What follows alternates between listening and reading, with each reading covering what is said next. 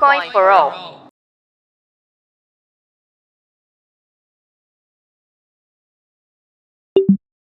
Why storing Bitcoin is so important? If you're just starting out in Bitcoin, this question makes a lot of sense. It's normal to think, well, don't you just buy and wait for the price to go up? And here comes the surprise. You also have to learn how to store it safely. But relax, storing your Bitcoin is no big deal. It is, though, a fundamental part of ensuring that in a few years' time, all of today's effort will pay off and your Bitcoins will still be with you, safe and untouched.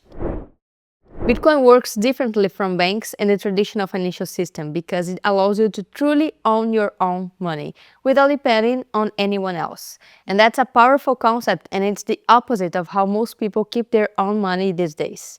In the traditional financial system, the money you have in your bank account is not exactly under your control. Actually, it's the bank that takes care of it, and they do so under the promise that your money will be safe with them. But history has proven that money in the bank isn't even in the bank, isn't yours, and isn't real money. This is because banks don't truly keep their customers' money. If everyone who has a bank account decides to withdraw their own money, the bank will go bust. They wouldn't stand for mass withdrawal movements. This is what happened in the 2023 banking crisis in the US, when banks went bankrupt as customers rushed to withdraw money in fear of the bankruptcy of these intermediaries. Even Credit Suisse had to be rescued by UBS, otherwise it would go bankrupt. History is full of evidence of how banks don't have people's money in case everyone needs to withdraw their own balances at once. The money in the bank isn't even really yours. When you deposit money in the bank, it's no longer yours. That's right, the bank becomes the owner and you become a creditor. You trust that they will safekeep it properly and return it when you ask. But this trust does have its risks. Sounds safe, right? But it's not. Banks can go broke, as happened in the Lehman Brothers in the 2008 crisis. Those who had money there were left in the lurch. Even with insurance and protection, these funds usually only cover part of the amount saved. And if that wasn't enough, when you need to withdraw a larger amount, the bank can make life rather difficult for you. Endless questions, blocked transactions, daily limits, all because while your money is there, the bank uses it to lend and invest as it sees fit. Now picture this, in a real crisis, when you most need access to your money, the bank may simply not release it. That's why so many people are waking up to the importance of Bitcoin, where you have total control of your money without depending on anyone. But if you think that the bank will never do that to me, it is important to know that it has happened before and could happen again. Do you want an example? In Lebanon in 2023, the economic crisis was so great that the bank simply stopped the withdrawals. People woke up to find that they could no longer withdraw their own money from the bank. And it's not just there that this happened. In Brazil, where I live, in 1994, people took a hit with the famous confiscation of the Collor Plan. The government froze everyone's savings. The result? People who had saved their money for a lifetime saw it confiscated without warning and with no chance of withdrawing in beforehand. Another case was the Cyprus banking crisis in 2013.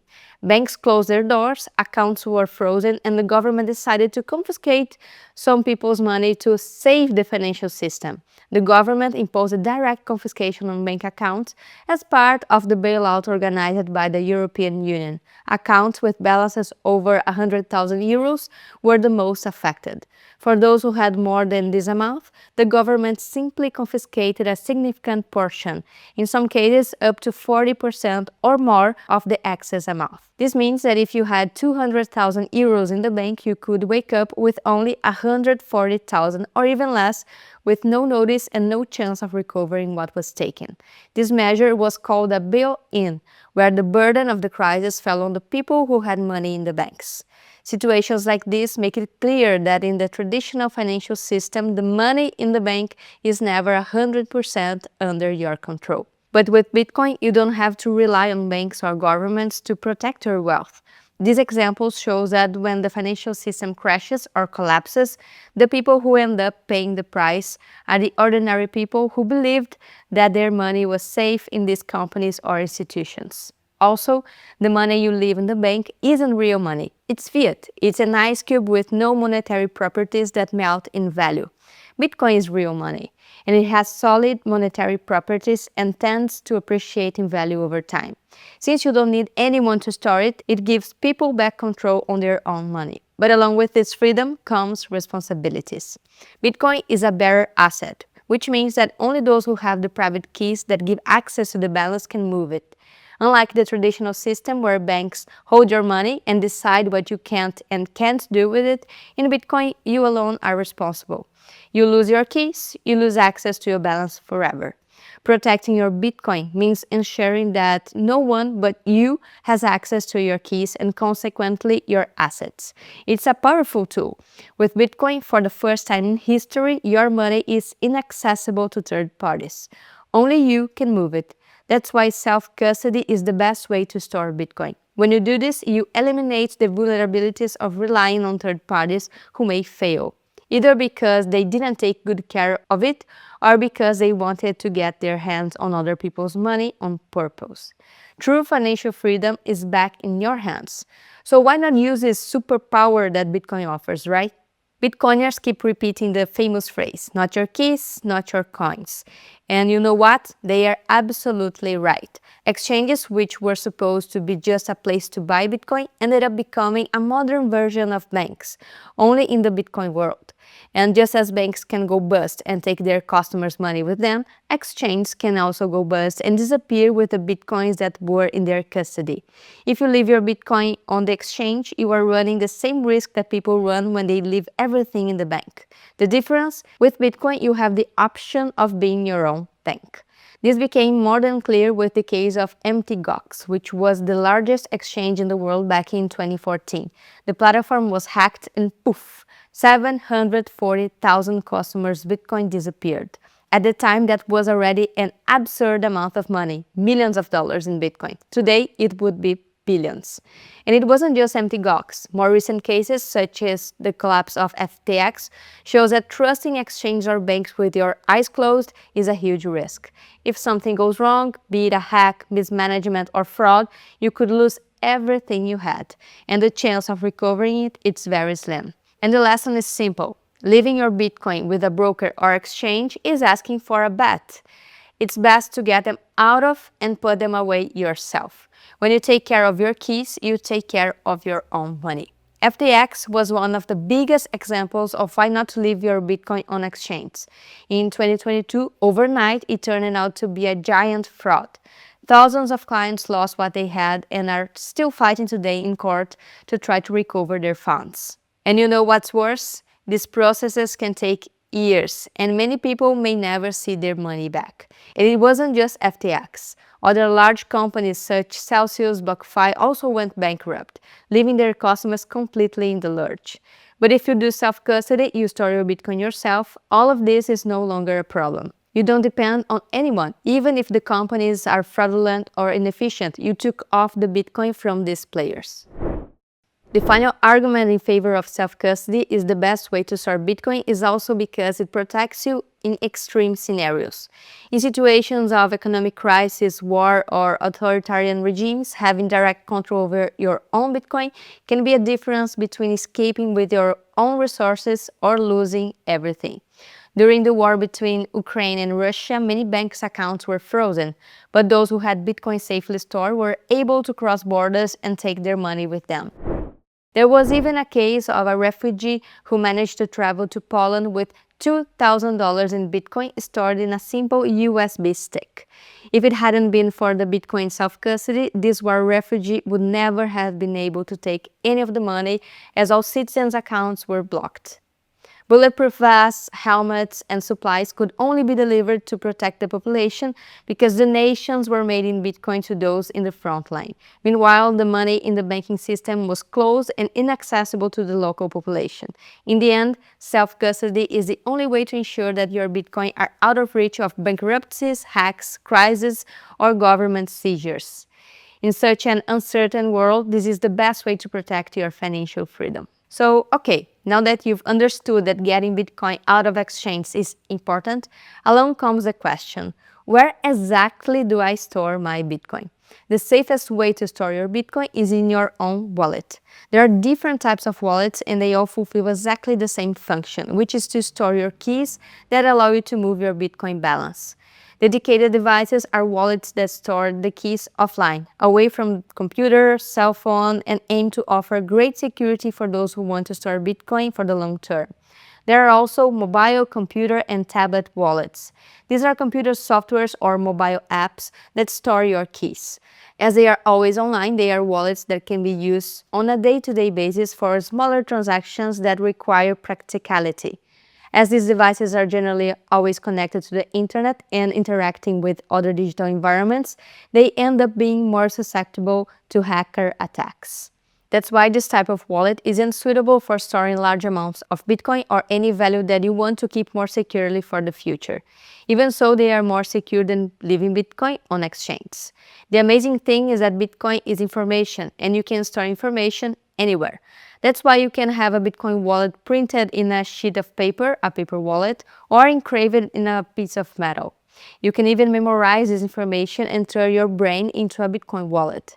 Each type of wallet has a function, but not all are suitable for all situations. So it's up to you to choose which type of wallet to use at any given time. But there's an irony here. Bitcoin wallets don't have any Bitcoin in them. It sounds like a joke, but it's not. Bitcoin are never stored in wallets. They are always on the blockchain or time chain and never leave it. What a wallet does is to store and protect the keys that give access to the balance and allow Bitcoin to be moved from one address to another. They are always at an address on the network and not inside the app or device. Wallets are like a digital keychain that stores the codes that authorize transactions with your balance, cryptographically proving that you are the true owner of that balance and can move it around. Just as on physical keychain, where you can have different keys that open different doors in different places, in your digital wallet, your keys give you access to different types of balances and transactions. That's why your digital wallet works like a digital keychain. When you set up a wallet for the first time, it will generate a sequence of words for you, like this one on the screen. These words are known as seed phrases. These are words for recovering your wallet. With them, you can recover your balance on any other device or app, even if your original device breaks, is lost, or destroyed by some unexpected misfortune. That's why you need to be careful with these words. They are the ones that recover your balance and allow you to move your Bitcoin. That's why it's so important to write them down carefully, legibly, in the exact order in which they appear, and keep them in a safe place where only you know where they are. If you store your words well, you always have access to your Bitcoin. But if you don't take good care of it and someone else finds it, they'll be able to move your balance and take your Bitcoin for themselves. Many people who start accumulating their Bitcoin find it a bit archaic to keep their words on a piece of paper. But the advantage of keeping your seed words written on a paper or on a more resistant material such as metal is that this type of backup drastically reduces the chances of hacks or of someone gaining digital access to your Bitcoin. Paper or metal are old technologies that no one can hack because they are always offline. In addition, anyone can write a list of words in a piece of paper, right? Bitcoin is information. You can even memorize your words and take your Bitcoin wherever you want in your mind. If this information is stored in a computer file, a screenshot, or in your cell phone like a WhatsApp message, it is easier for an attacker to steal your funds. Not because your wallet was hacked, but because you left that information much more exposed than on a piece of paper that only you have access to. It's much more difficult for someone to have access to a piece of paper remotely. This is only possible if the person finds out where you left this information by stealing the paper on which your seed words are written down. The expression seed phrase is intentional. It's from there that you can generate thousands of different private keys and Bitcoin addresses for different balances. In the same way that from a seed in the ground, you can grow a tree that branches out into thousands of fruit-bearing branches. Seed words also facilitate storage and prevent errors in self-custody. This is because they represent a large code with random letters and numbers that are very easy to miss when writing down. Words, on the other hand, are more intuitive, have meanings you can even memorize, and are easier to write and less likely to miss. But the question always arises: What if someone guesses my words? Could they steal my Bitcoin? And the answer is no. It's absurdly difficult to simply guess your seed phrase. The number of combinations of possible seeds is so great that it is almost incomprehensible. There are more possible combinations of 24-word seed words than there are atoms in the universe. It's unlikely to guess anyone's words, practically impossible. It is infinitely easier for someone to steal your Bitcoin by stealing your seed phrase if you don't store it well than to try and guess by trial and error. That's why most people who lose their Bitcoin do so because they didn't watch their words, and not because someone else guessed. Bitcoin has no bank account, no manager, and no support. Bitcoin is a language, it's a tool. It's up to you to use your keys responsibly and take good care of them.